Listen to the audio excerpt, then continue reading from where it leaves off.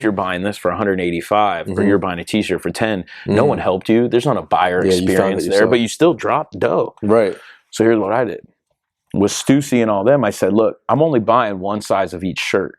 I'm going to buy a small, a medium, a large, a 2X, because you know what I created? Buyer sense of urgency. Because if they knew I only had one size, that means they would be the only one on campus wearing it. Yeah. So then they ain't got to worry about showing up to the club with 10 people, because the university is not that big and the mall, right? And Toledo's not even that big of a city either. Exactly. So they're not even having these options to get these type of clothes. Right, right. So then I started, I've always loved the culture in there. And what's crazy is one of my first hires was Daryl Brown, and you can look up him. Like now DB styling Kanye. He started Midwest Kids, if you ever see that. I've seen that. That is crazy. Bro, we were all sitting there plotting. My boy Ulysses Gray is one of the, now he's cutting hair for like everyone. Like, welcome back to Straight to the Bag, the show that helps real fighters. Well, the show has real fighters with real life wins, and man, this episode's gonna be crazy. I've just followed this guy on Instagram. I don't even know him for real, and I met him about 5 minutes ago. But from his Instagram profile, all I see, the things that are coming to my head are like master networker, owner, CEO. Just, I mean, everything that I aspire to be, really, honestly. hell yeah. But go ahead, introduce yourself, bro, and let them know who you are. What you do. For sure. So my name is Zach Beebe. I'm actually from Columbus, Ohio. I was born and raised here. And yeah, I'm like kind of like a serial entrepreneur, man. Yeah. I love actually investing into people, helping people. So a lot of the things I own, they're actually not things that I do, like barbershops, etc. It's just I love to invest into people. But yeah, I've, you know, my newest company is called NIO Management, which stands for name, image, likeness, and I'm helping athletes not only be, you know, close big car deals and stuff, but have financial literacy. I mean, you have a ton of big athletes from OSU, right? Yeah, man. So yeah, we grew really quick, and now we've grown the largest, you know, OSU roster. Obviously, we got the, you know, the CJ Strouds, Travion Hendersons, like, you know, all those big guys that we've been able to work with. But we're also leading the nation in deals done. And OSU just put out a thing. It was like 2.9 million since July 1st. Because you recently started this, right? Bro, I started it. We started like probably.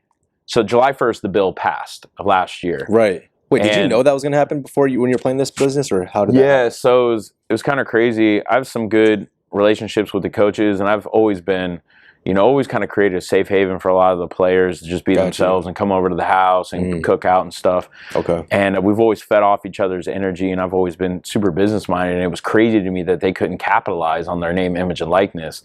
Right.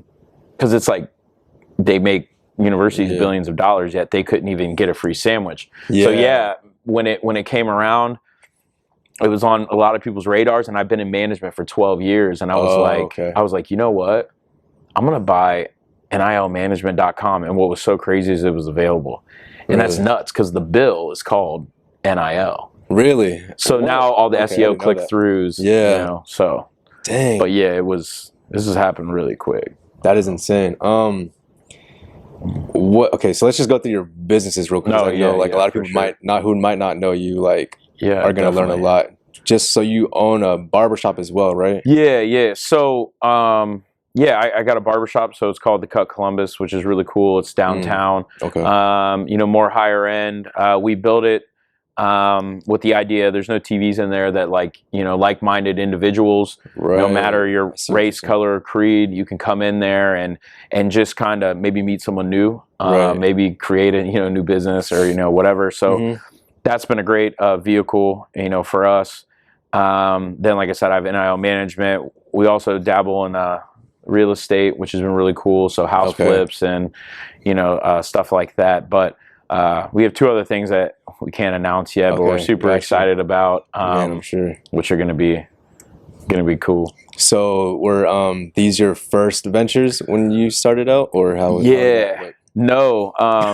Yeah. What's crazy is so like I said, I'm from here, right? And with that being said, my dad, I grew up watching my dad get ready at like, you know, 5 a.m. always in a suit and tie, and he helped start and it was one of the first computer programmers for places like Cardinal Health and stuff like that. So a lot of people's heroes are like athletes or actors and stuff. My dad was just that for me. Like he was just always a hustler. And then I lost my dad to cancer when I was like a senior in high school.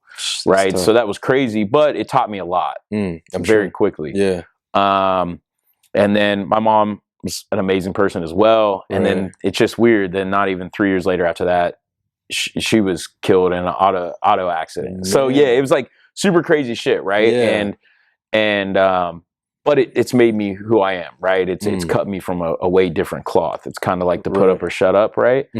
So then speeding up, I went to the University of Toledo just because it's like, all right, well, now you got to go to college. This is when both your parents weren't there anymore? Yeah. My mom had just passed away. And the fall. And then I was just leaving for college. How do you make a decision that big without your parents? Bro, I mean, it's just what it is. Like I had to step into another role, especially with my brother. My brother's a year younger. So at that time, so you're the oldest? Right. Yeah. So at that time, like he's, 17, I'm 18, you know what I mean? Yeah. It's just the next step. And I had, and uncle and stuff that kind of, helped me for sure. But it was a wild. Man, that's, I couldn't even imagine. That is insane. Yeah, man, it was crazy. Because now, fast forwarding too, we can go back. It's like when you do things in life, your parents, you always want to be like, hey, look what I did. Yeah, exactly. Like, look, like this is what I did. This is what you helped me achieve. Or, and I just don't. Yeah. It's just weird. It's like a weird thing. Yeah. So for the people that have during COVID and stuff, a lot of people lost loved ones. Do you remember how you dealt with that, or if you even have dealt with that? Yeah, man. Well, that's a good question. So to keep it 100, I've always felt like I'm in survival mode, right? With those, deaths happening so quick, I don't know if there's a true grieving period because, you're so young, like to really understand something that like, it seems like they're on a long vacation at that point, but it's like, no, like this isn't, it's what it is, right? Exactly.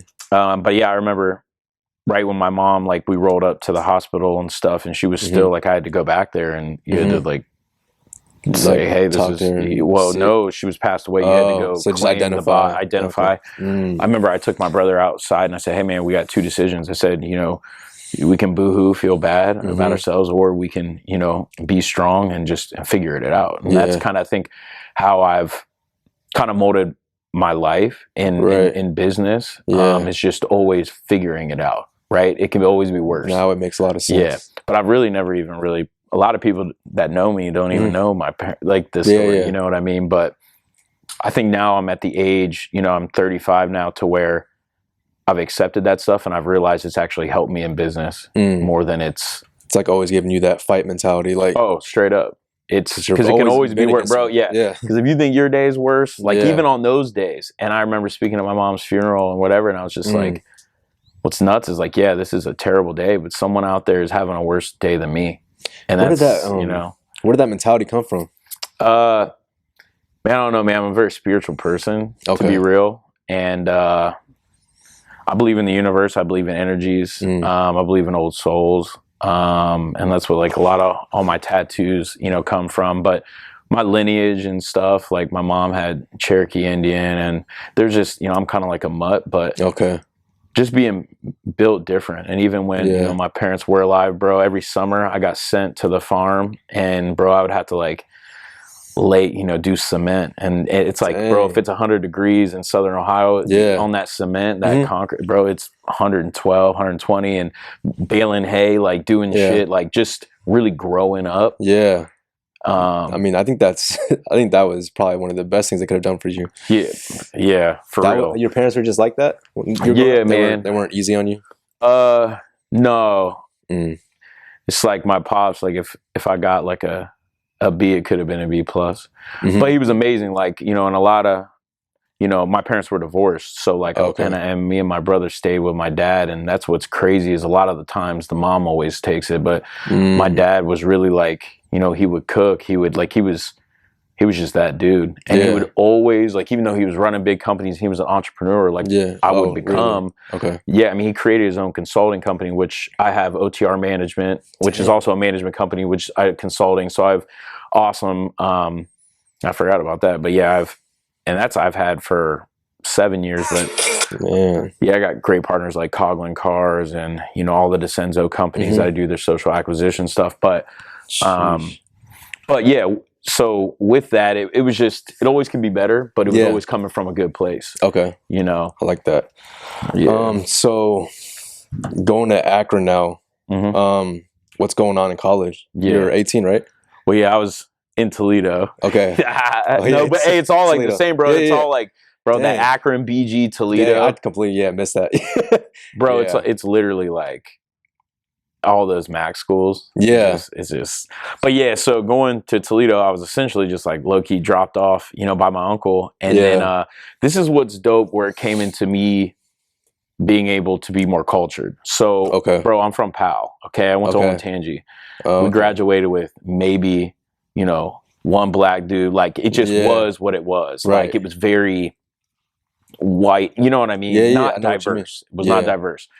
So, bro, you get dropped off in Toledo, and like Toledo, bro, you got it's the opposite. Oh yeah, but you know, I'll never forget. I got dropped off, and I was in, like, you know, the dorms, and one of the first people came up to me. They actually went to Westerville South, and like the Robin Baileys and T Chubbs and them, and they were like, "Yo, what's up?" I was like, "What's up?" They're like, "Trying to roll to the mall," and I was like, "Shit, all right." And you didn't know them? No, had no clue, bro. And I walk outside. They had this old school Cutlass on, like, literally like 28s. What? And like me, it was just such a crazy. But then, bro, then it was like we were inseparable, and that's when, you know, I really got my first good haircut. Like, I started learning, bro, and I was just so immersed in a different culture. And it's like, for that point in time, that's where I needed to be, right? Because I was far enough away from home, but not too far to commute, because it's like a 2-hour drive. But yeah, man, it was a culture shock. Yeah, you know I mean, I love it though. Man, that's I can see it now when you, like, I can see the story. So, what's the biggest, like, shift during that time period for you? Yeah, I mean, honestly, the biggest shift was, and I'll be real, and even when I was in middle school and stuff like that, like, I was put in, like, kind of like slow classes for reading and writing and stuff. But what they didn't understand was I was just bored. Like, I don't think I'm smarter than anyone, right? I'm a daydreamer. I'm always thinking about how to do things better, or how to kind of achieve different goals, or you know, go about things different. So with that being said, when I was at, you know, University of Toledo, I was meeting as many people as I could, right? And Facebook had just came out. Okay. So I started using Facebook before they had business pages as a tool. So I started, like, I started putting these message groups together, right? And then this fraternity came up to me and was like, "Yo, Zach, like, you're a freshman, you've been here." And it's like, everybody knows who you are. Like, what's going on? And then I said, they made me a social chair as a freshman. And then I started putting on some of the biggest parties. And I said, here's what we're going to do. I said, all girls are free. We're going to charge all guys that aren't in the fraternity $5. And they're like, why? They're like, for real? Why would we do that? I said, well, we got to pay dues every month. I said, do y'all want to have all the other fraternity guys? Because we had the hottest chicks coming. You know what I mean?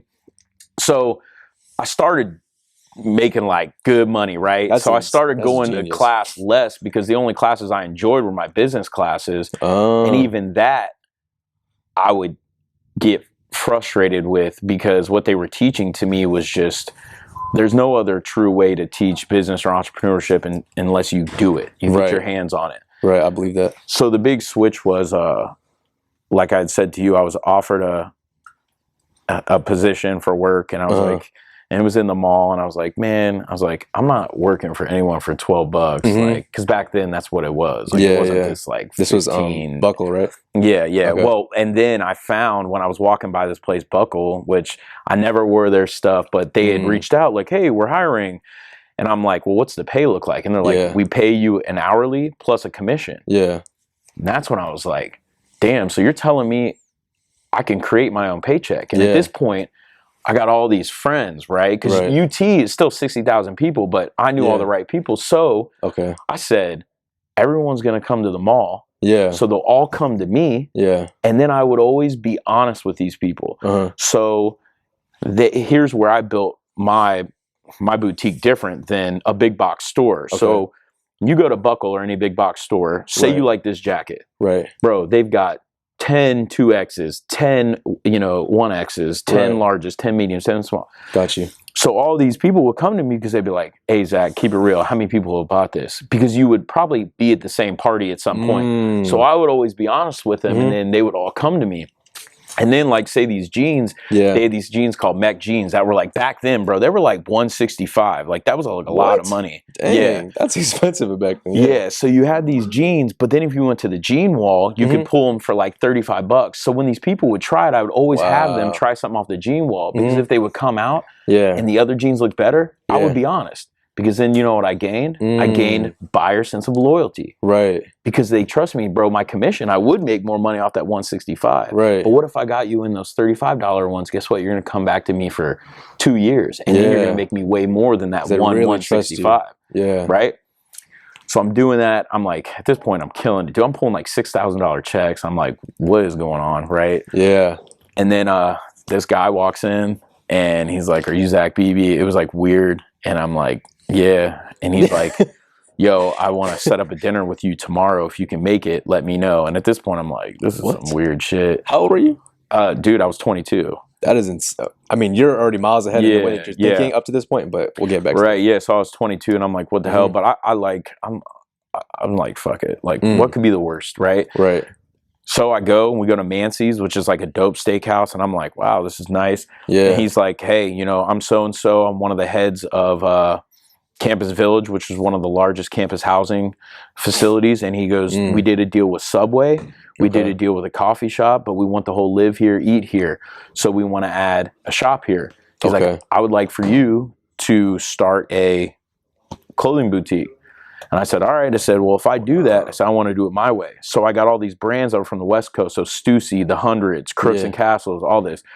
I had this way before the wave, right? The people they didn't even know what it was. Yeah, this is like before it was cool and all that. Yeah, and then I put a barber and I put a tattooist in it. Because here's why, bro. Think about it. When you get a good haircut, something like, you feeling good? Hey, man, hey, I just got these shirts in. Let's check it out. Here's my spin. Yeah. Buckle and big box stores, you can look. I made a post on my Facebook in like 2008 or 9. I said they're going to be going out of. Yeah. Because with a big box store, bro, like Kohl's, all that kind of shit, or whatever the fuck it is, Sears, you don't get individual salesmanship. So even if you're buying this for 185 or you're buying a t-shirt for 10, no one helped you. There's not a buyer experience there, but you still dropped dough. Right. So here's what I did. With Stussy and all them, I said, look, I'm only buying one size of each shirt. I'm going to buy a small, a medium, a large, a 2X, because you know what I created? Buyer sense of urgency. Because if they knew I only had one size, that means they would be the only one on campus wearing it. Yeah. So then they ain't got to worry about showing up to the club with 10 people, because the university is not that big, and the mall, right? And Toledo's not even that big of a city either. Exactly. So they're not even having these options to get these type of clothes. Right, right. So then I started, I've always loved the culture in there. And what's crazy is one of my first hires was Daryl Brown, and you can look up him. Like, now DB's styling Kanye. He started Midwest Kids, if you ever see that. I've seen that. That is crazy. Bro, we were all sitting there plotting. My boy Ulysses Gray is one of the, now he's cutting hair for like everyone. Like, bro, there's so many people that came out of there, which is nuts. And then, like I told you, bro, MGK would come over before 100 Words of Running, and I had, Mac, like, rest in peace, Mac, Big Sean, Wiz, bro. I paid Wiz like I think it was like $150 to do a show in BG, and MGK opened up for free, and like, so this crazy is way before shit. They were big, bro. This is when they were. Bro, this is 11 years ago. They weren't even anybody. They were nothing. Like, and Mike Posner, I'll never forget. Posner was coming in. I was giving him G-Shocks on the shit. He's like, "Why are you doing this?" I was like, dude, I feel like I have an ear. Like, I feel like you, bro. That is insane, right, bro? It's literally it only makes sense because it like I feel like that's something that's like a superpower you have to have. Yeah. If no one else is seeing it and you're consistently around these people. Yeah. Well, then I started then the chapter, like, you know, after that, like I said, so clothing boutique's going great, right? Yeah. We're doing it. But what I'm figuring out is, bro, running a brick and mortar is very different. Right. If you're the owner, you got to be in there day to day. And that can be a grind. Even if you delegate everything. Yeah. It can just be a grind. So we got a buyout offer, which was dope. Yeah. And we ended up taking it. So I'm like, sweet. I'm 23. Like, what's next? And then that original venture capitalist offered me a job within that big student housing complex. And then, bro, I'm on flights to Texas. They're negotiating like $3 million deals. I'm sitting on this like board with all of them. And like I told you, bro, I move into this loft downtown Toledo. I'm overlooking like the stadium down there, bro. It's a huge loft, marble floors. And like, yeah, that's cool. Yeah. But just something something was still like, I need more. And then, you know, wearing the suit and ties and doing all this shit. I told you, bro, I'm telling you, it was the most corporate thing, because what I realized is I'm doing nothing but furthering someone else's dream. The owner of that company, and it was a great guy, right? Yeah. That's his dream. He started that. Yeah. And that's cool, right? And I was a small piece of it. I was making great money. But like I said to you, man, I will never forget. I walked out on my balcony and I literally in my head was like, I fucking want to jump off this. And I was like, what the fuck? Because I'm not that type of person. Right. And I was just like, I need change. And then how the universe works, bro. I get this call from Terry. He was a friend who I went to high school with. And in high school, he was super different, man. He was like goth and all this like shit. But I didn't care. Like, I played football and all that shit, but I didn't give a fuck who you were. Like even in high school, like if you were good people, I could sense that. Yeah. And he said, hey man, I just got back from Seoul, South Korea. He's like, I want to bring back this stuff called Havenia dulcis. And I was like, what? He goes, I know this is weird. He's like, but dude, I'm going to create this hangover cure and we're going to call it life support.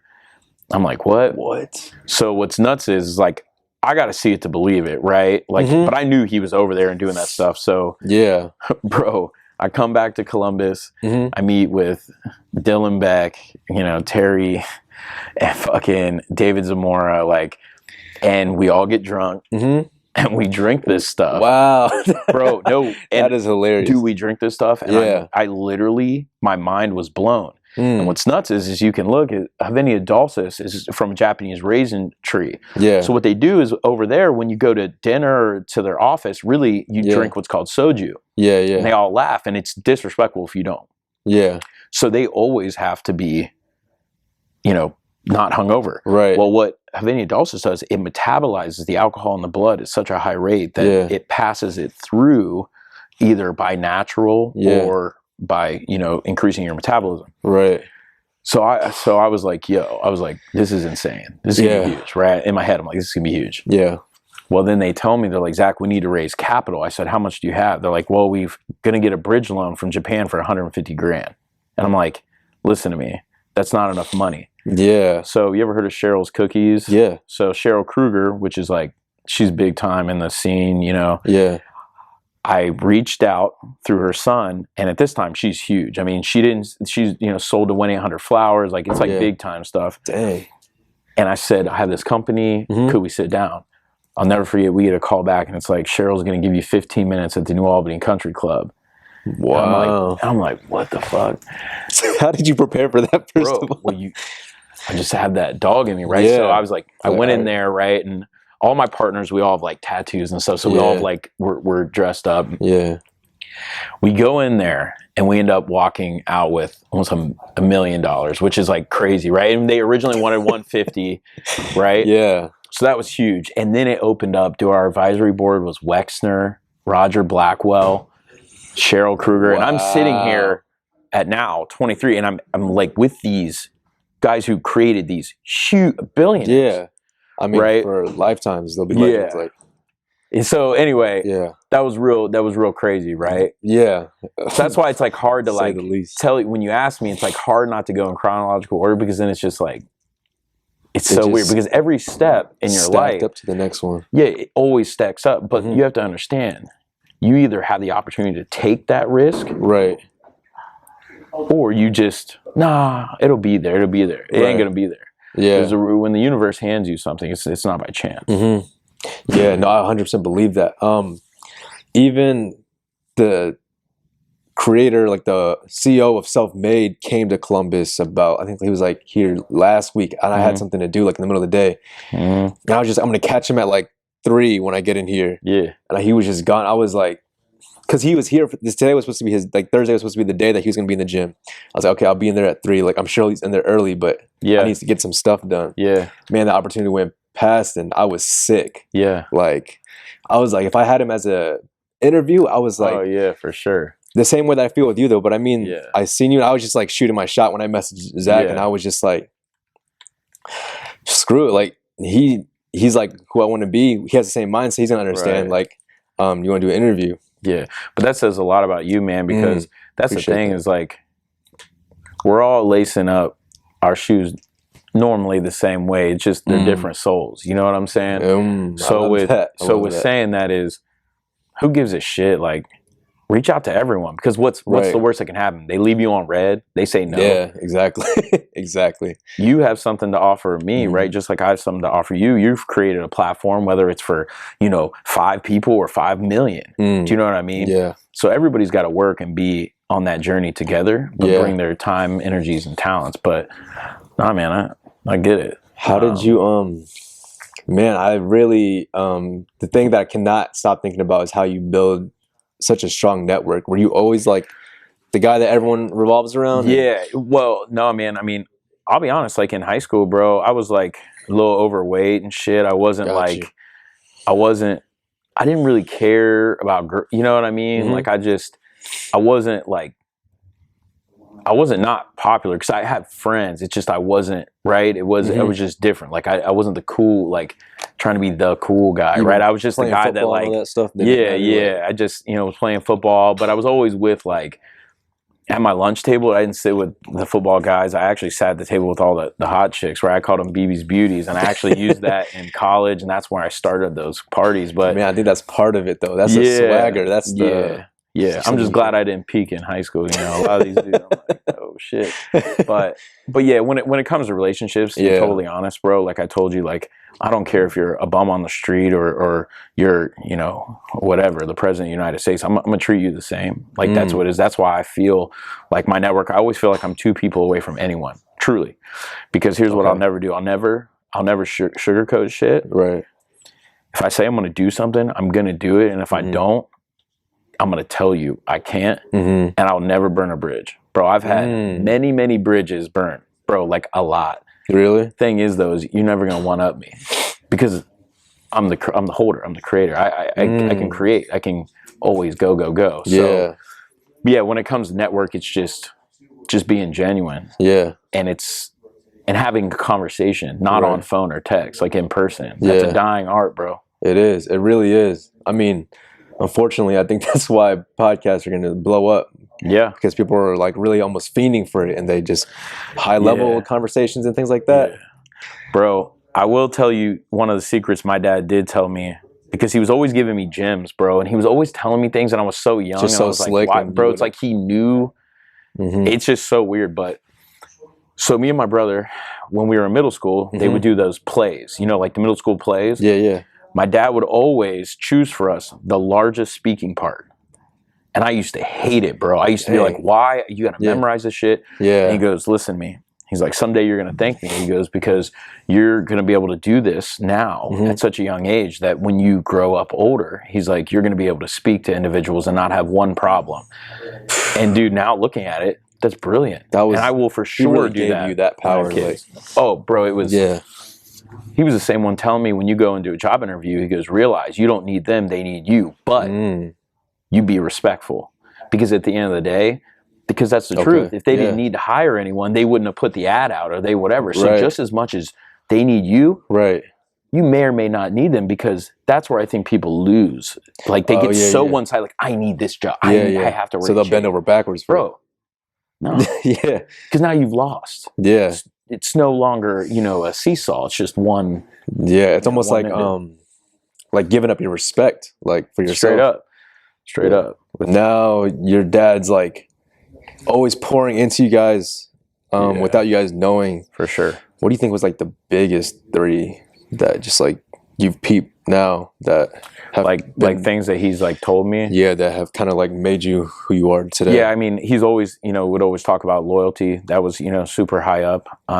Staying true to your word, even if you have to be like, man, I messed up. Yeah. Right? Yeah, and having the courage to do it. Yeah. And then always being like philanthropic, like giving back, because whatever you put into universe, you get back. And that's a big thing that I've working with all these athletes, we've really pushed on, and it's reaped amazing benefits, right? Yeah, no, I've seen that. That's being good people. Yeah, that stuff is the dopest. Even though I see it, like we see it all the time on social media now, like just seeing it, and like when you feel that it's genuine, it's unbeatable. Oh, 100%. But so let's go back to life support. So we're doing that, and then you get this funding, and then so we're doing that. We grow it. We want to be vertically integrated. Right. So we get this like crazy amount of funding, and we fucking get a warehouse, and we start buying all these huge mixing machines, like vats. Like we are truly going to be really vertically integrating, bro. We're doing all from soup to nuts. So we're doing. All the marketing in-house. We're doing all the production, all the bottling. Yeah. We created a whole manufacturing line. Crazy, right? That is insane. So we're doing that. We're getting it into the hands of, big artists and stuff like that. And then even then, I was like, I don't want to be in the beverage industry, right? But while I'm there, I'm making all these new relationships because we're wanting to do sponsorship deals. And I had a guy reach out to me, Max Zotz, and he's like, hey, man. He's like, I'm starting this company called Verge Campus Tour, where we're verging two different genres. And we're taking Kendrick Lamar and Steve Aoki on tour. Bro, what's crazy is Kendrick Lamar at this time, this is right before he had the big #1 album. This is like before Good Kid. Bro, this is like 5 months. So what ends up happening is I'm like, wow, this is an amazing opportunity. I can go on the road and learn this shit. So I end up selling my shares in the company back to Cheryl. Wow. Right? Because I'm like, I've done it. I that's my passion, right? Is to figure it out, bring funding, create it, and just keep moving. And they were like, what are you doing? But everyone probably thought that was dumb because you're like losing all this money. And but fuck it. Like, so then next thing you know, I'm on this tour, right? Yeah.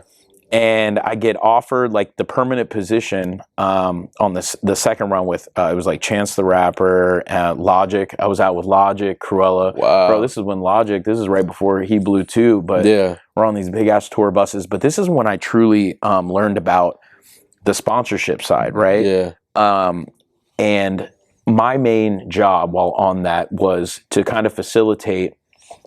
We did all these big deals with like Spotify, Under Armour, whoever it is. They need activation at that point. So I was dealing direct with the heads of the companies, every school that we stopped at, every campus, and I'm making sure, it's running smooth.